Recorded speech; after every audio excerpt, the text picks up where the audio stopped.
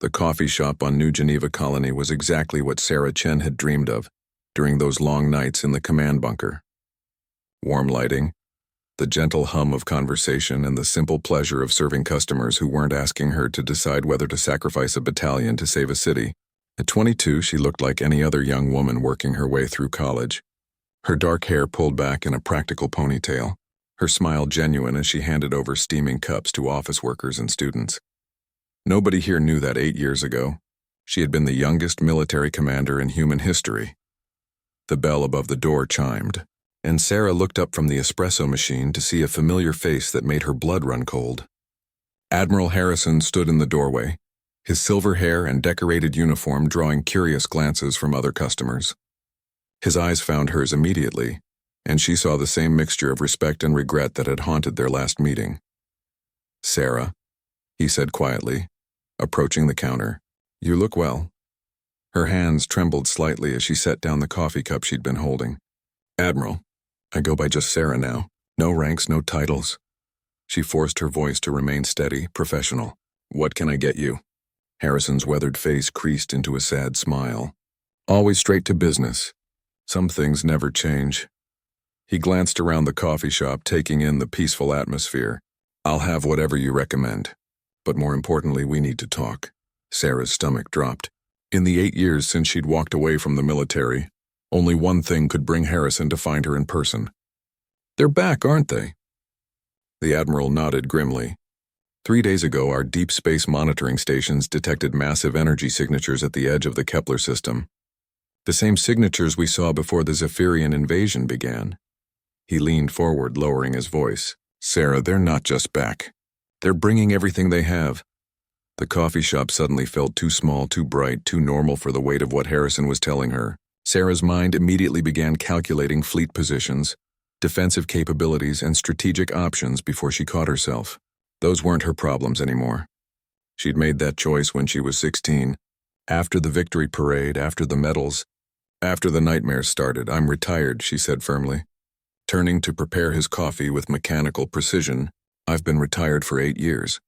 Find someone else." "There is no one else," Harrison replied. "You know that as well as I do. General Morrison is competent, but he thinks in conventional terms. Admiral Reyes has the experience, but she's never faced the Zephyrians. And the new generation of commanders?" He shook his head. "They've studied your tactics in War College, but they've never had to make the calls you made." Sarah slammed the espresso cup down harder than necessary, causing several customers to look over. She lowered her voice, her words coming out in a harsh whisper. "I was 14 years old, a child. Do you know what that did to me? Do you know what it's like to live with the knowledge that you sent thousands of people to their deaths before you were old enough to vote?" "I know," Harrison said softly. "I was there, remember? I saw what it cost you. But I also saw what you saved. 47 billion human lives across 12 colonies. The complete extinction of our species was 3 days away when you took command of the Luna Defense Fleet." The memories came flooding back despite her efforts to keep them buried. The tactical displays showing red enemy contacts surrounding Earth. The reports of colony after colony going dark. The moment when Admiral Chen, her father, had been killed in the initial assault and she'd found herself holding the command codes to humanity's last hope. "I was just following my father's plans," she said, but even as the words left her mouth, she knew they weren't entirely true. "Your father's plans got him killed in the first engagement," Harrison reminded her. "Everything after that, every brilliant maneuver, every impossible victory, that was all you. The way you used the asteroid belt as a weapons platform, the gravity slingshot attack that caught their main fleet in a crossfire, the final assault on their mothership when you convinced our entire remaining fleet to follow a 14-year-old girl into what should have been a suicide mission." Sarah closed her eyes, remembering the weight of those decisions. The faces of the captains who had looked to her for orders. The moment when she'd realized that her unorthodox thinking, her ability to see patterns that adults missed, was humanity's only advantage against an enemy that had conquered dozens of civilizations. "They made me a hero," she said bitterly. Parades, medals, interviews. Everyone wanted to know the secret of the child genius who saved humanity. But nobody wanted to know about the nightmares or the panic attacks, or the fact that I couldn't make a decision about what to have for breakfast without calculating casualty reports. Harrison reached across the counter and gently touched her hand. That's why I'm here, Sarah. Not as your former superior officer, but as someone who cares about you. The Zephyrians are coming back, and they're not making the same mistakes they made 8 years ago. Our intelligence suggests they've been studying our tactics, your tactics specifically. Sarah opened her eyes and looked at him. Despite her anger, despite her fear, she could see the genuine concern in his face. Harrison had been more than her commanding officer during those terrible months. He'd been her protector, her advocate, the one person who'd tried to shield her from the worst of the political pressure and media attention. How long do we have? She heard herself ask and immediately regretted it. 6 weeks, maybe 7. Their advanced scouts are already probing our outer defenses. Harrison's grip on her hand tightened. Sarah, I wouldn't ask this of you if there was any other choice. But they've adapted to conventional military thinking. We need someone who can think outside the box, someone who can see possibilities that others miss.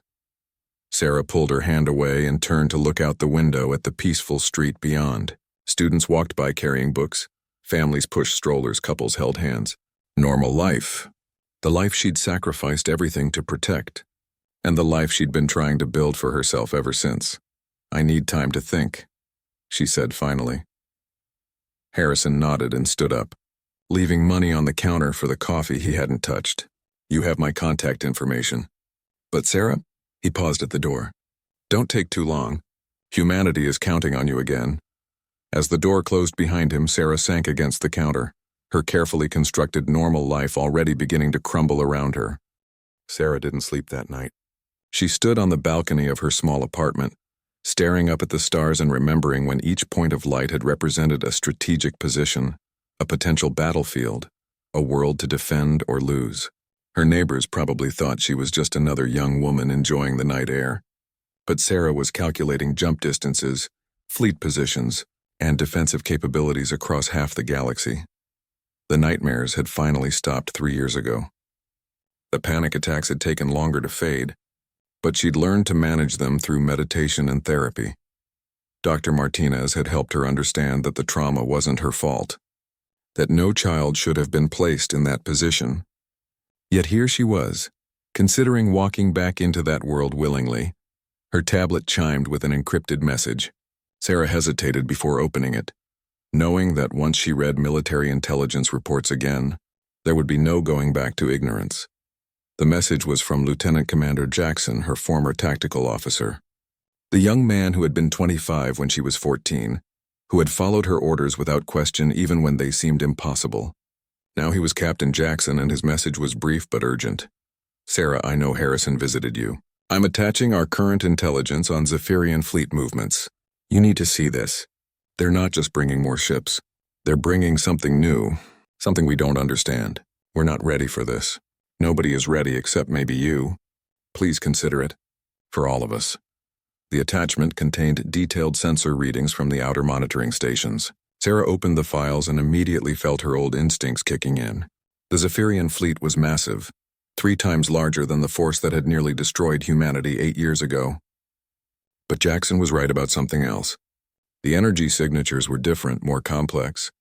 They had new technology. Sarah's mind began working automatically, analyzing the data, looking for patterns and weaknesses. The Zephyrians had always been tactically predictable, relying on overwhelming force and superior technology rather than creative strategy. But these new readings suggested they'd learned from their defeat. They were adapting. A knock at her door interrupted her analysis. Sarah glanced at the clock and frowned. It was past midnight. She approached the door cautiously and checked the security monitor. Her heart sinking when she saw who was waiting in the hallway. Marcus Webb stood outside her door, and he looked every bit as uncomfortable as she felt.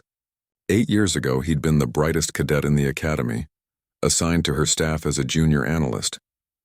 He'd also been her first crush, her first kiss, and ultimately one of the casualties of her command decisions. Sarah opened the door slowly. Marcus had aged well.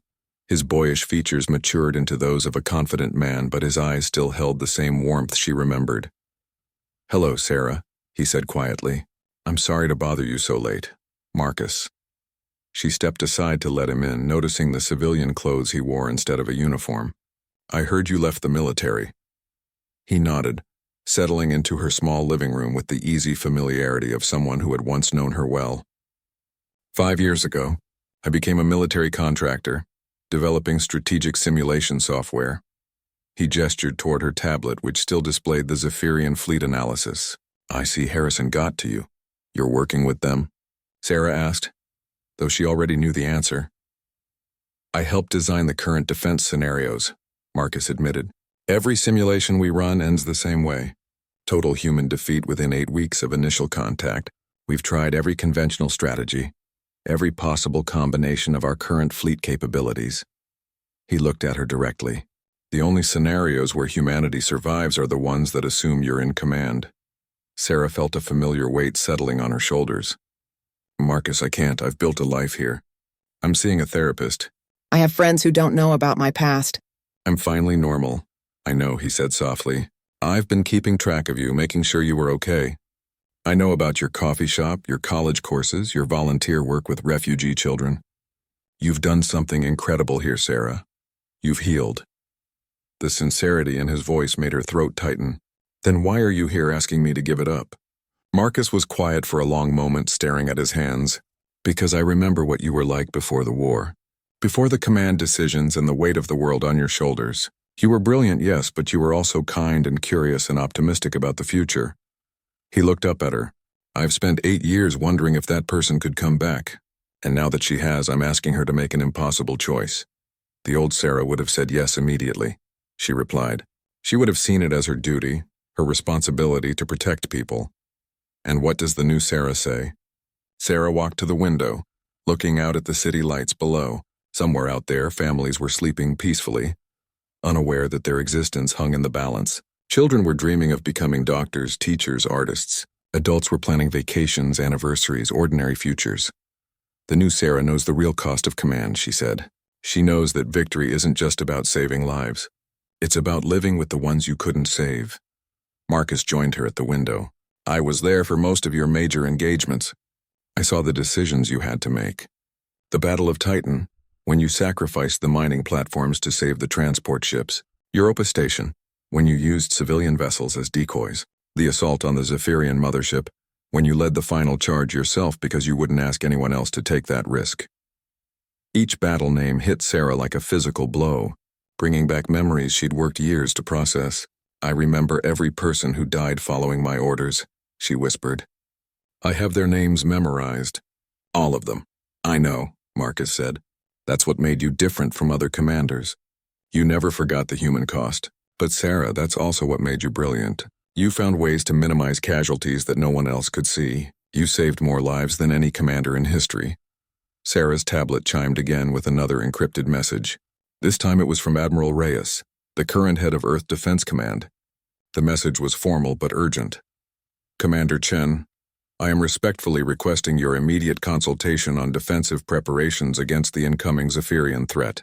We have studied your previous engagements extensively, but our simulations suggest their new capabilities may require unprecedented tactical innovation. Humanity's survival may depend on insights that only you can provide.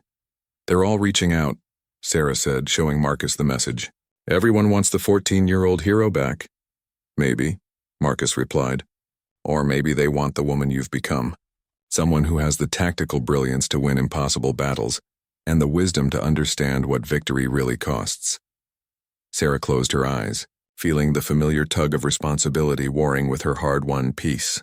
If I do this, if I go back, I'm not the same person who commanded the Luna Defense Fleet. I won't make decisions based purely on military efficiency.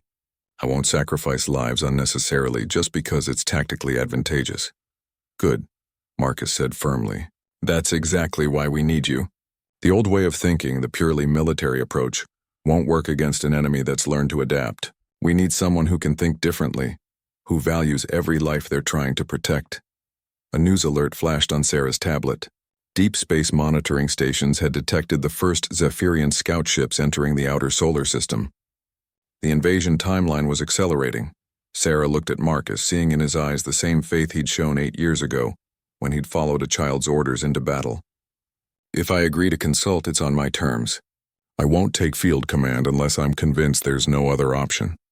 And I want guarantees about my team, my methods, my decisions. Marcus smiled for the first time since arriving. I think Admiral Harrison will agree to just about anything if it means you'll help. Sarah picked up her tablet and began composing a response to Admiral Reyes. Her normal life was slipping away with each word she typed, but somewhere in the distance she could hear the echo of her father's voice on the day he'd given her the command codes. Sometimes the right choice isn't the easy choice, Sarah. Sometimes we have to be strong so others don't have to be. As she sent the message agreeing to a preliminary consultation, Sarah realized that the frightened 14-year-old and the healed 22-year-old weren't separate people. They were both part of who she was now, and maybe that was exactly what humanity needed. The Earth Defense Command headquarters looked exactly as Sarah remembered it, all gleaming metal and holographic displays, but somehow smaller than it had seemed through 14-year-old eyes. She stood in the observation deck overlooking the main tactical center, watching dozens of officers coordinate humanity's defense preparations. Many of them glanced up at her with expressions ranging from curiosity to awe, and she realized that to them, she was still the legendary child commander.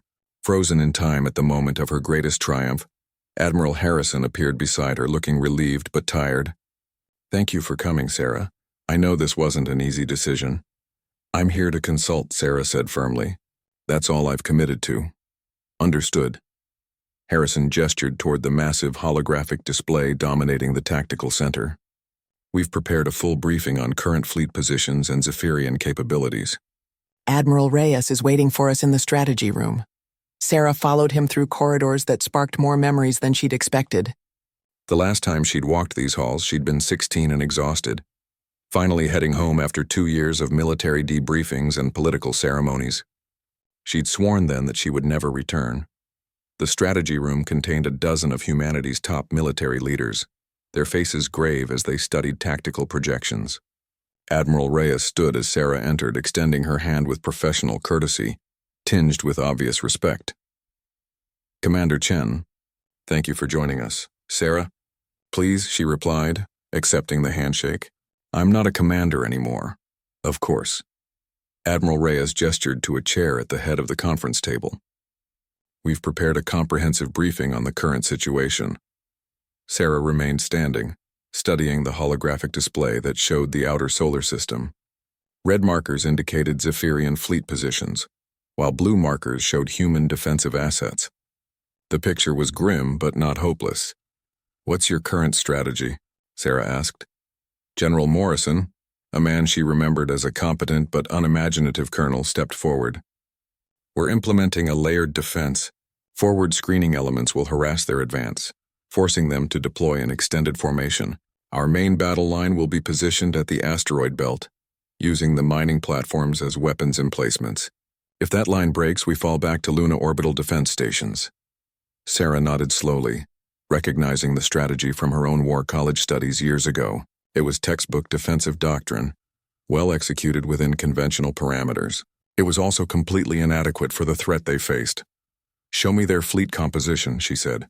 The display shifted to show detailed analysis of Zephyrian forces. Sarah's breath caught as she absorbed the numbers.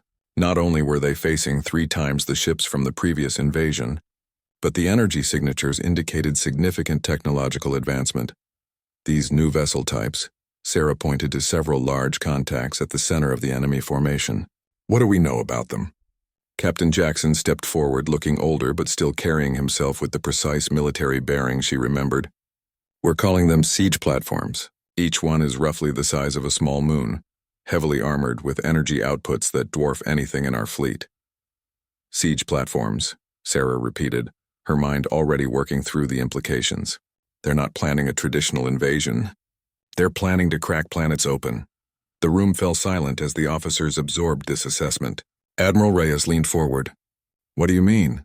Sarah walked closer to the display, manipulating the hologram to show firing trajectories from the siege platforms to major human colonies. Look at their formation. They're not organized for fleet engagement. They're positioned for orbital bombardment on a massive scale. She turned to face the assembled officers. They learned from last time. Instead of trying to conquer our worlds, they're going to sterilize them. General Morrison frowned. That would make the planets useless to them. Why would they want dead worlds? Because they don't want our worlds, Sarah replied. They want us gone, completely. The Zephyrians are facing expansion pressure from other species in their sector. They need the resources we're defending, but they've decided that conquest is too costly. Genocide is more efficient. The implications hung heavy in the air. Admiral Reyes was the first to speak. How do we fight siege warfare on this scale? Sarah studied the display for several minutes, her old tactical instincts fully engaged despite her reservations about being here.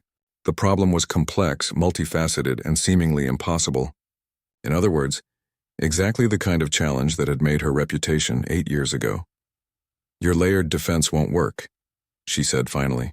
The siege platforms can engage our asteroid belt positions from beyond effective response range. And if even one of them reaches planetary bombardment distance, it's over for that world. So what do you recommend? Admiral Harrison asked. Sarah hesitated. Once she started offering tactical advice, she would be taking responsibility for the consequences. But looking at the faces around the table, she realized these people were depending on her whether she accepted that responsibility or not. We can't fight them defensively, she said. The siege platforms are too powerful and they have too many escort ships. We need to take the initiative. An offensive strategy. General Morrison looked skeptical. Our fleet is smaller than theirs and they have superior technology. Superior technology, yes, Sarah agreed. But technology they've never tested in real combat. And they're still thinking like the Zephyrians we fought before. Massive, overwhelming force applied systematically. She manipulated the display to show human fleet positions. They expect us to defend our worlds. They expect us to react to their movements. They don't expect us to attack their supply lines. Captain Jackson's eyes lit up with understanding. A disruption campaign. Hit their logistics, force them to split their forces. More than that, Sarah said, her excitement building despite herself. We make them choose between protecting their siege weapons and maintaining their formation. The siege platforms are powerful, but they're also massive and slow. If we can separate them from their escorts, isolate them, we can develop specific countermeasures. Admiral Reyes leaned forward. What kind of countermeasures? Sarah smiled, and for a moment she felt like her old self again, seeing possibilities where others saw only problems. That depends on their exact capabilities. I need detailed sensor data from their latest probe incursions. I need to know their communication protocols, their command structure, their tactical doctrines. She paused, realizing what she was saying. I need to really understand this enemy before I can figure out how to beat them. You're willing to develop a comprehensive strategy? Harrison asked carefully. Sarah looked around the room at the expectant faces, then back at the tactical display showing the approaching Zephyrian fleet. Somewhere beyond those red markers were billions of alien soldiers following orders to exterminate humanity. And somewhere behind her, on Earth and throughout the colonies, were billions of humans trusting their leaders to protect them. I'll develop the strategy, she said, but I have conditions. First, I want complete tactical authority over any operations I design. No interference from politicians or bureaucrats who don't understand the military situation. Second, I want my choice of personnel for the planning team. And third, if this goes wrong, if my strategies fail, the responsibility is mine alone. Admiral Reyes and Harrison exchanged glances. Agreed, Reyes said without hesitation. Good. Sarah turned back to the display, her mind already working through dozens of tactical possibilities. I'll need a secure workspace, access to all intelligence data, and a direct communication link to our forward observation posts. And I'll need it within 6 hours. As the officers began organizing her requirements, Sarah felt the familiar weight of command settling on her shoulders. But this time it felt different. 8 years ago, she'd been a frightened child trying to save her world. Now she was a woman who understood the true cost of war, but who also understood that some things were worth fighting for. The little girl who had commanded soldiers was gone. In her place stood someone far more dangerous to humanity's enemies, a veteran who chose her battles wisely and fought them with everything she had. Sarah's workspace in the depths of Earth Defense Command had become a maze of holographic displays, tactical projections, and coffee cups that never seemed to stay full long enough. She'd been working for 3 days straight, analyzing every scrap of intelligence about the Zephyrian fleet. And what she'd discovered was worse than anyone had imagined.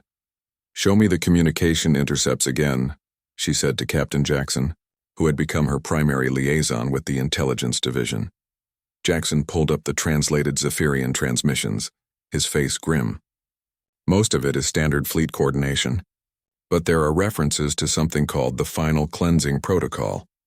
Our xenolinguistics team thinks it's exactly what it sounds like. Sarah studied the translations, her blood running cold as she read between the lines. They're not just planning to destroy our colonies. They're planning to eliminate every trace of human DNA in the galaxy. She looked up at Jackson. This isn't conquest or even genocide in the traditional sense. This is species extinction. Marcus Webb entered the workspace carrying another pot of coffee and a pile of simulation results. He'd taken leave from his civilian job to help with the tactical planning, and Sarah had to admit his strategic modeling software was proving invaluable. The latest simulations are in, Marcus said, setting down the reports with a heavy thud. I've run your disruption strategy through every scenario I can think of. The good news is that it works in about 30% of cases. The bad news is that failure means complete human extinction within 6 weeks. 30% is better than 0%, Sarah replied, though she knew those odds weren't good enough. What are the primary failure points? The siege platforms, Marcus said immediately. Even if we successfully disrupt their escorts and supply lines, each platform is essentially a mobile fortress. Our current weapons can damage them, but we can't destroy them quickly enough to prevent them from reaching bombardment range of major colonies. Sarah had been afraid of that conclusion. She'd spent hours analyzing the siege platform's defensive capabilities, and they were simply too massive and too well protected for conventional assault. What about unconventional weapons? Nuclear mines, antimatter charges, anything that could crack those platforms open? We don't have enough antimatter production capacity, Jackson answered. And our nuclear arsenal would barely scratch their hull armor. We need something bigger. Sarah stood up and walked to the main tactical display, studying the approaching enemy fleet. The siege platforms moved in a perfect formation, surrounded by hundreds of escort vessels in a defensive pattern that had been refined over centuries of Zephyrian warfare. It was elegant, efficient, and nearly impregnable. What if we don't try to destroy them? She said suddenly. Marcus looked up from his simulations. What do you mean? The siege platforms are designed to crack planets from orbit. They're essentially massive mining equipment, weaponized for military use. Sarah began manipulating the display, highlighting the platform's energy systems. What if, instead of trying to destroy them, we turn them against each other? Jackson frowned. You mean capture them? Sarah, those things are the size of small moons. Even if we could board them, the crew complement would be enormous. Not capture, Sarah said, her excitement building as the idea took shape. Redirect. The siege platforms use gravitational manipulators to crack planetary crusts. If we could hack into their targeting systems, overload their gravitational generators, you could turn them into massive gravity bombs, Marcus finished, understanding immediately. Chain reaction. One platform destabilizes the others. Exactly. Sarah pulled up detailed schematics of Zephyrian technology from their previous invasion. We know their computer systems use quantum encryption, but they've never had to defend against human computer viruses. Our cybersecurity teams have had 8 years to develop attacks specifically designed for their architecture. Captain Jackson was already pulling up files on the communication protocols. It could work, but we'd need to get close enough to physically interface with their systems. Those platforms are surrounded by escort fleets. That's where the disruption strategy comes in, Sarah said. We don't try to break through their defenses. We make them come to us. She began sketching out a new tactical arrangement on the display. We position our fleets in defensive formations around our most valuable colonies. When they move to attack, we retreat, but not completely.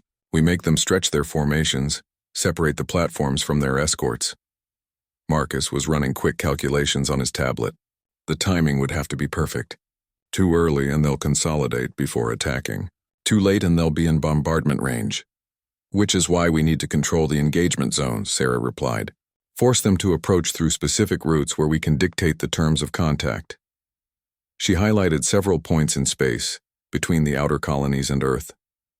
Natural choke points, gravitational anomalies, anywhere we can use the environment to our advantage. The workspace door opened and Admiral Harrison entered, looking exhausted. He'd been coordinating with the colonial governments, trying to prepare them for possible evacuation without causing mass panic. How are we coming along? He asked, though his expression suggested he wasn't expecting good news. We have a plan, Sarah said. "It's dangerous, it requires perfect timing, and if it fails, humanity dies. But it's better than anything else we've developed." Harrison studied the tactical display, taking in the complex web of fleet movements and engagement zones Sarah had designed. "Walk me through it." For the next hour, Sarah explained her strategy in detail. The plan called for a coordinated retreat that would lure the Zephyrian fleet into predetermined engagement zones, followed by rapid strike missions designed to separate the siege platforms from their escorts. Once isolated, human cyber warfare teams would attempt to hack the platform's gravitational systems and turn them into weapons against the rest of the enemy fleet. "It's brilliant," Harrison said when she finished. "It's also completely insane. You're talking about using the enemy's most powerful weapons against themselves." "Sometimes insane is what works," Sarah replied. "The Zephyrians expect us to fight conventionally. They expect us to try to destroy their weapons through brute force. They don't expect us to turn their own technology against them." Harrison was quiet for a long moment, studying the projections. "What do you need to make this work?" "Complete fleet coordination across all human forces. Every ship, every station, every defensive platform operating under unified command." Sarah met his eyes directly. "And I need operational authority to make real-time tactical decisions without waiting for approval from committee." "That's essentially asking for supreme military command," Harrison pointed out. "Yes," Sarah said simply. "It is." The Admiral looked at Jackson and Marcus, both of whom nodded their support for the plan. "The Colonial Council will never approve giving that level of authority to anyone, let alone someone who isn't officially in the military." "Then don't ask them," Sarah said. "We're 48 hours away from the first Zephyrian scouts reaching the outer colonies. In 72 hours, their main fleet will be in assault range. There isn't time for political debate." Harrison rubbed his temples, clearly wrestling with the implications. "Sarah, if I do this, if I give you operational command, you understand that you'll be responsible for every decision, every casualty, every consequence of this strategy." Sarah thought about her coffee shop, her normal life, her carefully constructed peace. Then she thought about the billions of people across human space who were counting on her whether they knew it or not.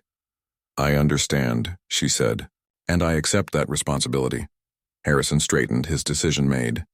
"Then God help us all. You have command, Admiral Chen." The title hit Sarah like a physical blow. She wasn't 14 anymore, but she was once again carrying the weight of humanity's survival on her shoulders. This time, however, she wasn't alone. This time she had the wisdom that came from understanding the true cost of command, and the strength that came from choosing to bear that cost anyway. "Alert all fleet commanders," Sarah said, her voice steady and clear. "Operation Turnabout begins in 6 hours." The command bridge of the Earth Defense flagship Aurora was exactly where Sarah never wanted to be again. Banks of tactical displays surrounded her command chair, each screen showing the positions of hundreds of ships across dozens of star systems. The weight of absolute authority pressed down on her shoulders as reports flowed in from across human space. "Admiral, Zephyrian scout forces have engaged our forward pickets at the Kepler station," reported Commander Torres, her tactical officer. "First contact in 37 minutes." Sarah studied the tactical display, watching the red icons of enemy ships moving toward the blue markers of human defensive positions.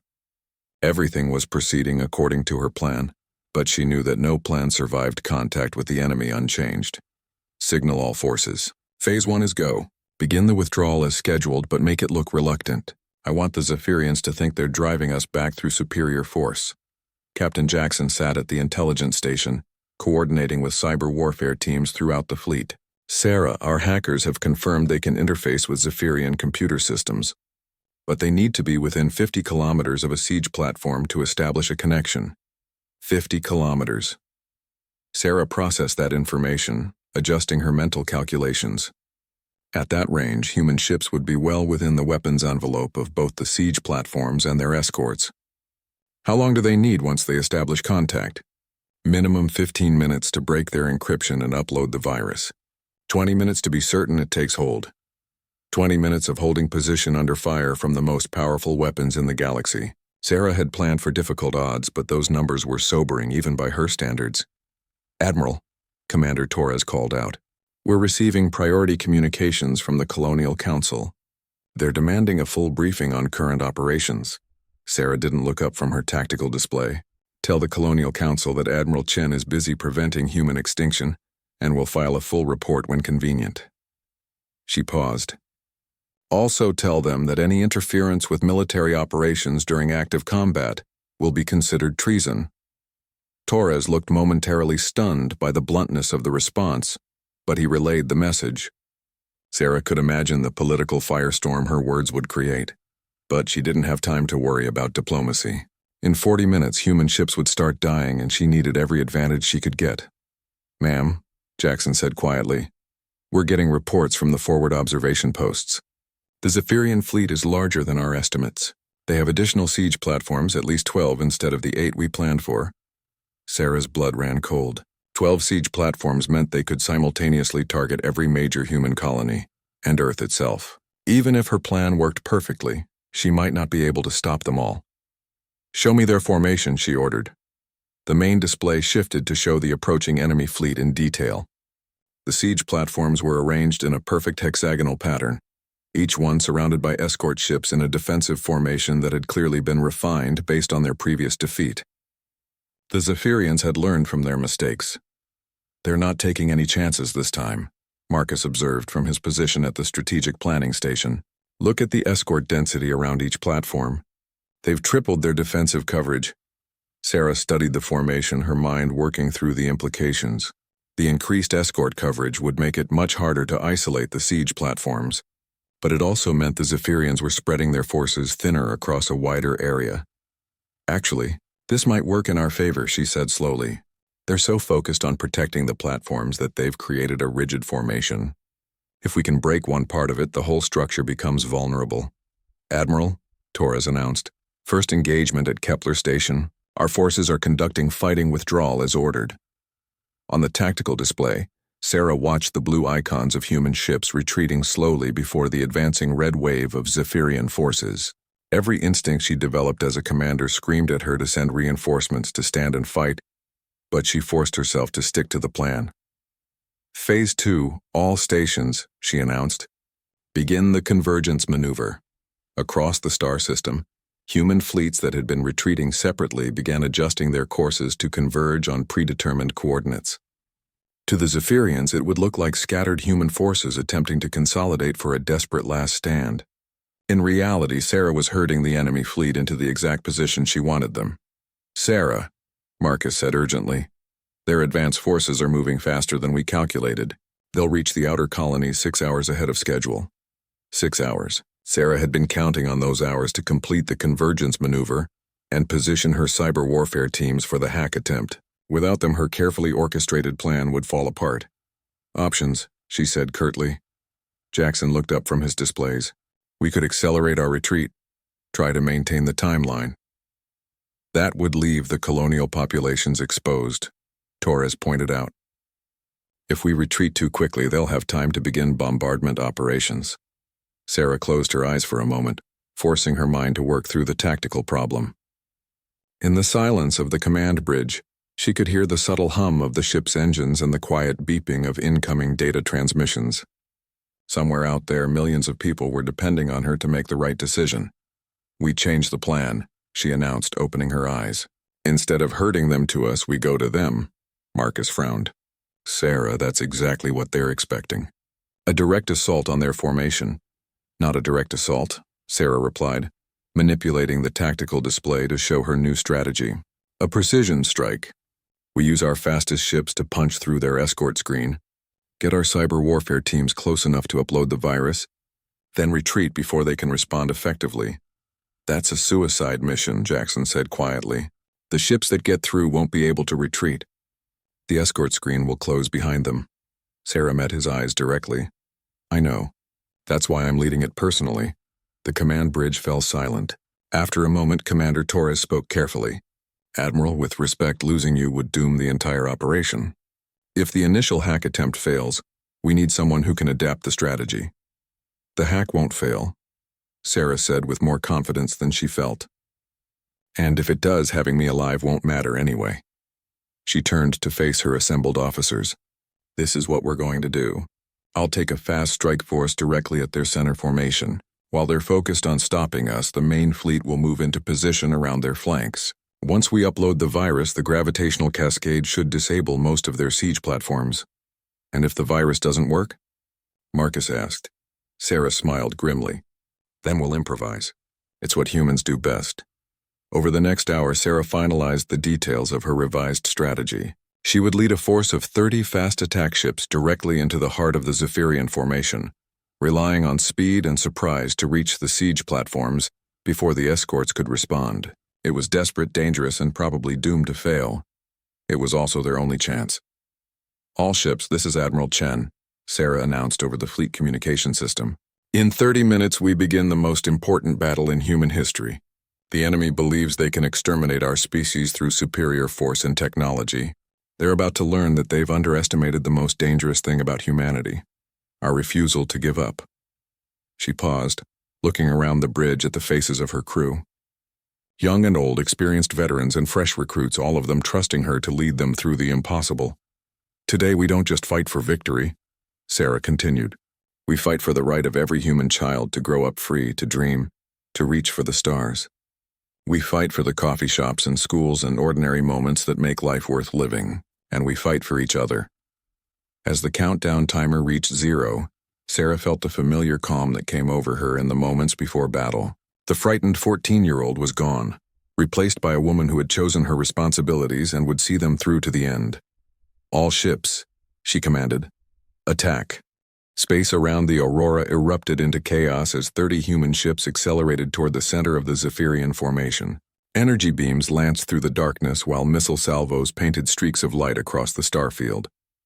Sarah gripped her command chair as the ship shuddered under enemy fire, her eyes fixed on the tactical display showing their desperate charge toward the siege platforms. Hull breach on Deck 7, reported Commander Torres, his voice steady despite the alarms blaring throughout the bridge. Damage control teams responding. Sarah watched the tactical plot as her strike force punched deeper into the enemy formation. They'd already lost 6 ships, their hulls split open by Zephyrian beam weapons, but the survivors were still closing on their target. The largest siege platform loomed ahead of them, a massive structure bristling with weapons and defensive systems. Cyber warfare team. Status report, Sarah called out. 30 seconds to interface range, responded Lieutenant Commander Park, leader of the hacking specialists. We've got the virus loaded and ready for upload. On the display, Sarah could see Zephyrian escort ships converging on their position from all directions. The aliens had recognized the threat and were moving to cut off her strike force's escape route. She'd known this would happen, had planned for it, but seeing it unfold in real time still sent ice through her veins. Admiral, Jackson called from his station. The main fleet is in position. Admiral Harrison is requesting permission to begin the flanking maneuver. Not yet, Sarah replied, calculating distances and timing in her head. We need to be sure the virus upload begins before they realize what we're really doing. The Aurora shook violently as a Zephyrian beam weapon scored a direct hit on their port side. Sparks flew from damaged control panels, and Sarah could smell smoke in the recycled air. They were taking a beating, but they were almost there. Interface range achieved, Park announced. Beginning upload sequence now. On the main screen, Sarah watched as human cyber warfare specialists attempted something that had never been tried before: hacking into the computer systems of an alien warship during active combat. The process was invisible to the naked eye, but she could see the data streams on her tactical display as the virus began penetrating Zephyrian encryption. Upload at 15%, Park reported. Enemy systems are fighting back, but we're making progress. A massive explosion lit up the space around them as one of Sarah's escort ships was destroyed by concentrated enemy fire. The Zephyrians were pouring everything they had into stopping the strike force, their beam weapons creating a deadly web of energy around the siege platform. Sarah, Marcus called out from his station, their escort ships are moving to surround us. We're going to be completely cut off in about 3 minutes. Sarah looked at the tactical display, seeing the trap closing around her ships. Once the Zephyrians completed their encirclement, her strike force would be destroyed in detail. But they needed at least 15 more minutes to complete the virus upload. Signal the main fleet, she ordered. Begin flanking maneuver now. All ships maximum attack speed. Upload at 40%, Park announced, sweat beading on his forehead as he monitored the cyber warfare operation. We're encountering adaptive firewalls, but the virus is adapting too. The tactical display suddenly filled with new contacts as Admiral Harrison's main fleet emerged from concealment and began attacking the Zephyrian formation from multiple directions. The aliens found themselves caught between Sarah's strike force in the center and Harrison's ships attacking their flanks, forcing them to divide their attention and firepower. "Good," Sarah muttered, watching the enemy response. "Take the bait." But even with the distraction, the Zephyrians were still closing their trap around her strike force. Escort ships moved into position on all sides, their weapons converging on the small cluster of human vessels surrounding the siege platform. "Hull breach on decks 4 and 5, Torres reported. "We're losing atmosphere in the forward sections." "Upload at 60%, Park called out. "The virus is encountering heavy resistance in their core systems, but we're making progress." Sarah felt the Aurora shudder as another hit penetrated their weakened shields. Around her, the bridge crew worked with the calm efficiency of professionals who knew they were probably going to die, but were determined to complete their mission anyway. "Admiral," Jackson said quietly, "our escape route is completely blocked. Even if we finish the upload, we're not getting out of here." Sarah had known this was likely from the moment she'd conceived the plan. Leading from the front meant accepting the consequences of command, including the ultimate consequence. But looking around the bridge at her crew, she felt a familiar surge of protective anger. "Attention all ships in Strike Force Alpha," she announced over the communication system. "When the virus upload completes, all ships are to scatter and attempt individual breakouts. Do not attempt to defend the Aurora. That's an order." "Ma'am," Commander Torres said firmly, "with respect, this crew isn't abandoning you." "Upload at 80%, Park reported. "We're almost through their final security barriers." The Zephyrian fire was becoming overwhelming. Sarah watched on her tactical display as another of her ships disappeared in a ball of plasma. Its crew vaporized in an instant. They were running out of time. "Sarah," Marcus said from his station, "I'm reading massive energy buildup in the siege platform's primary systems. I think they're preparing to fire on one of the colonies." Sarah's blood ran cold. If the siege platform fired before the virus took hold, millions of people would die regardless of whether her hack succeeded. She had to act now. "Park, how much longer?" she demanded.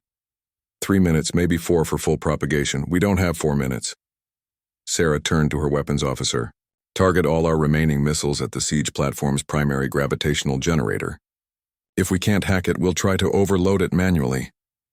"Ma'am, at this range we'll be caught in the explosion," Torres warned. "I know," Sarah replied. "Do it anyway." As the Aurora's missiles streaked toward their target, Sarah felt an odd sense of peace. 8 years ago, she'd saved humanity by making impossible choices and living with the consequences. Today she was making one final impossible choice, but this time she wouldn't have to live with the consequences. "Upload at 95%, Park announced. "Almost there." The missiles impacted the siege platform just as the virus upload completed. For a moment, nothing seemed to happen. Then the massive alien structure began to shudder as its gravitational systems went haywire, the virus and the missile damage combining to create a cascading system failure. "It's working," Jackson said in amazement. "The platform's gravitational generators are overloading." On the tactical display, Sarah watched as the siege platform began to tear itself apart, its own weapons turning inward as the virus spread through its systems. The explosion that followed was visible across half the solar system, a brilliant star that briefly outshone the sun. But Sarah barely noticed. She was watching the other siege platforms on her display as the virus spread from ship to ship through the Zephyrian communication network, turning their most powerful weapons into massive bombs. One by one, the alien siege weapons began destroying themselves and the ships around them. "All siege platforms are showing system failures," Torres reported in wonder. The virus worked. It actually worked. Sarah allowed herself a small smile as she watched the Zephyrian fleet begin to collapse in on itself. Humanity would survive. Children would grow up free. People would return to their coffee shops and their normal lives.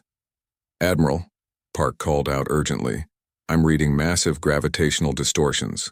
The platform explosions are creating a cascade effect." Sarah looked at the tactical display and realized that her victory was about to become everyone's disaster. The gravitational distortions from the destroyed siege platforms were interacting with each other, creating a growing anomaly that threatened to consume everything in the area, including both fleets. All ships, emergency retreat, she ordered over the fleet communication system. Maximum acceleration, get clear of the gravitational anomaly. But even as she gave the order, Sarah knew it was too late. The Aurora was too close to the center of the cascade, too damaged to achieve escape velocity. She was going to die here, which was what she'd expected, but she'd be taking some of her crew with her, which was unacceptable. Abandon ship, she ordered. All hands to escape pods. That's an emergency command. Sarah, Marcus said, appearing at her side. The pod bay doors are damaged. The crew can't evacuate. Sarah looked around the bridge one final time, then made her last command decision.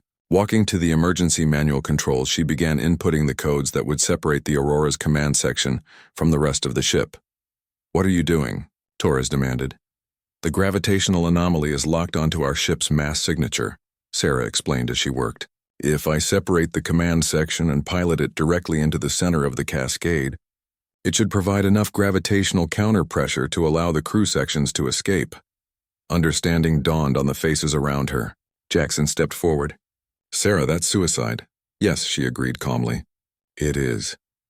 As the command section separated from the Aurora's main hull, Sarah took manual control of the ship for the last time. Through the view screen, she could see the crew sections accelerating away from the gravitational anomaly, carrying her people to safety. "This is Admiral Chen to all ships," she announced over the communication system as she piloted the command section toward certain death. "The Zephyrian threat has been neutralized. Humanity is safe. It has been my honor to serve with you all." As the gravitational forces began to tear her ship apart around her, Sarah's last thought was of her coffee shop on New Geneva Colony, where normal people lived normal lives because someone had been willing to make the hard choices. She'd wanted a normal life. Instead, she'd saved everyone else's. The memorial service was held on Earth in the same auditorium where Sarah Chen had received her first medal 8 years earlier. Admiral Harrison stood at the podium, looking out at an audience that included government officials, military officers, and ordinary citizens from across human space. The woman they'd come to honor was gone, but her legacy would shape humanity's future for generations to come. "Sarah Chen died as she lived," Harrison said, his voice carrying clearly through the packed auditorium, making impossible choices so that others wouldn't have to. In the front row, Marcus Webb held a small potted plant from Sarah's coffee shop, one of the few personal belongings she'd left behind.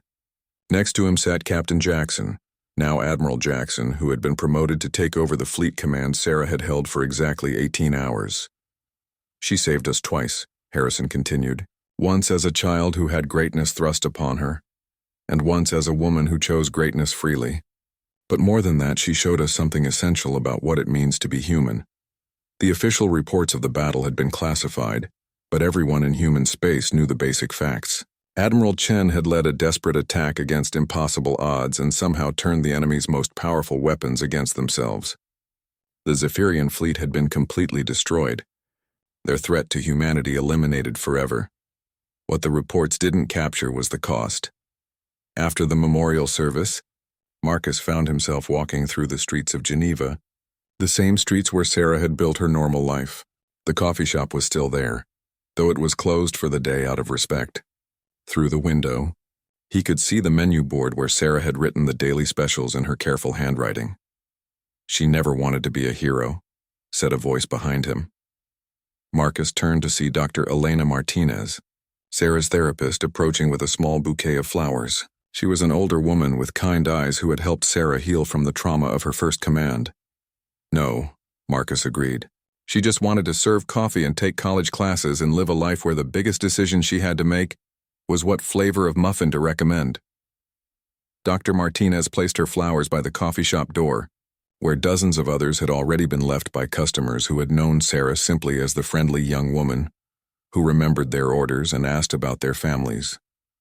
But when the moment came, Dr. Martinez said softly, "She chose to be a hero anyway. Not because she wanted to, but because it was right." Marcus thought about the final transmission they'd received from Sarah's command section, her calm voice announcing that humanity was safe, even as her ship was being torn apart by gravitational forces. She'd died as she'd lived during those terrible months 8 years ago, putting other people's lives before her own. "The funny thing is," Marcus said, I think she finally found what she was looking for. What do you mean? Marcus smiled sadly, remembering their last conversation in her apartment. She spent 8 years trying to become a normal person, trying to escape the weight of what she'd done. But in the end, she realized that being a hero wasn't about the title or the medals or the recognition. It was about making the choice to stand between the people you care about and the things that would hurt them. 3 weeks later, the coffee shop reopened under new management. The new owners, a young couple with dreams of building a life together, had chosen to keep Sarah's menu exactly as she'd left it.